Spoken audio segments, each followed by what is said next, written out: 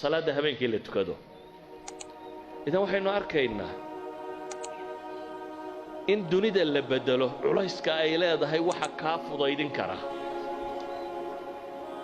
fudaydin kara ee abuuri kara inaad dunida tan dhibta kaaga imanayso dhamma ay fududaataa waa xidhiidhkaada la leeday inta uu xooggan yahay waa salaad inta aad tukanayso sida awgeed ayaa nebiga markay dhibtu ku adkaatay haddana waxaa la faray tasbiixdiiyo salaadda inuu badiyo waa markay dhibtu ku adkaato markii la yidhi fasdac bimaa tu'mar waacrid can ilmushrik ku dhawaaq baa ilahay yidhi wixii lagu faray qoladan gaaleed ee ilaahay dafirtay iyo kuwan mustahziyiinta iyo waxaasoo dhan kaaga filan ilaahay wuxuu leeyahay walaqad naclamu annaka yadiiqu sadruka bima yaquuluun waa ognay baa ilaahay yidhi in laabtaadu inay cidhiidhiyaami doonto waxay kugula hadlayaan dhib baa kaala kulmi doonta laakiin maxaa xala fasabbix bixamdi rabbika wakun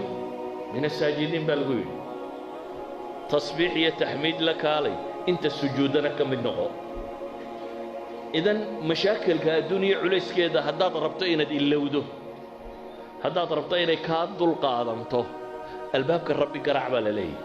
wax kaloo dhan ha qabanay dikrigiisa badi salaadiisa badi cibaadadaa badi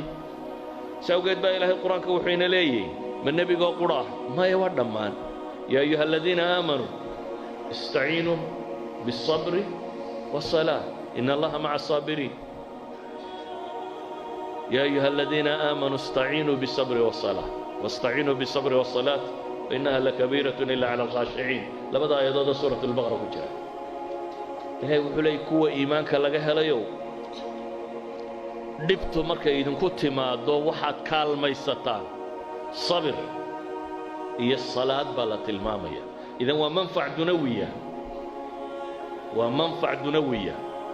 waa min maqaasidda aynu salaada u tukanaynaa waxaa ka mida baynu leenahay markaasi inaynu nolosha adduuniyo ay inoo fudaydiso in culaysku inaga dego inay dunidu problem inagu haynin in wax allaaliya wixii kaa hor yimaada waay aanay kugu haynayn dee man biyadihi malakuutu samaawaati waalardi baad ku xidhantay ciday gacantiisa ku jirto adduunkan cir iyo dhulba allaha maamula ee kun fayakuun wixiisu yahay ayaad hor taagan tahay waa ciddi qudha ee wuxuu amraa ay socdaan wuxuu reebaana aanay imanaynin sida awgeed ayuu nebiyullaahi moxamed calayhi salaatu wasalaam xudayfa xadiidkiisii xasanka ahaa waa kale idaa xasabahu amrun fasca ila asalaa nebiga calayhi salaatu wasalaam haddii waxbaba warwargeliyaan u fiirso siduu nebigu u fahmay wixii alla faray innaga haddii waxayna warwargeliyaan maxaynu idhaahnaa bal tolka u tag bal aw hebel u tag bal taajir hebel u tag marka waxa dhibu ku qabsato ama mashkaladu ku qabsato waxa koowaad adigu aad ka fakartaa makhluuqaadkay u badan yihiin ciddii aad leedahay kugu ag xeerana aad leedahay waxbay qaban kartaa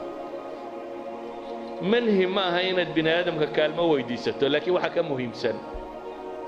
inaad marka hore albaabka ilaahay garaacday waxa ka muhiimsan nolosha wax kastoo kugu cuslaada inaad xagga rabbi ula kacdid walidaalika baa nebigu calayhi salaatu wasalaam qadiyadda intuu fahmay oo ku dhaqmay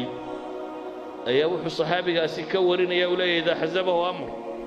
haddii waxbaba warwargeliyaan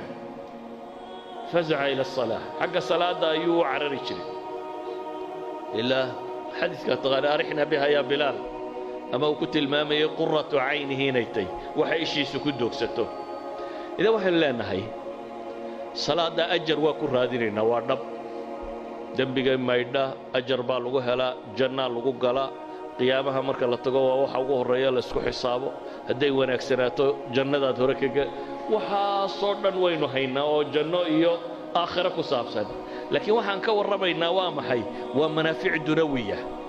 waxaan ka warramaynaa waxa weeyaan cibaadada ma aakhiraynu la sugaynaa mise adduunkay faa'iido leedahay waxa weeyaan adduunkay faa'iido leedahay adduunkay dhaqankaaga beddelaysaa علماء التربية علماء السلوك waxay ku takhasuseen oo dhami waa in la bedelo dhaqanka qofka bini aadamka ah hadaad rabto dhaqankaaga inaad bedeshid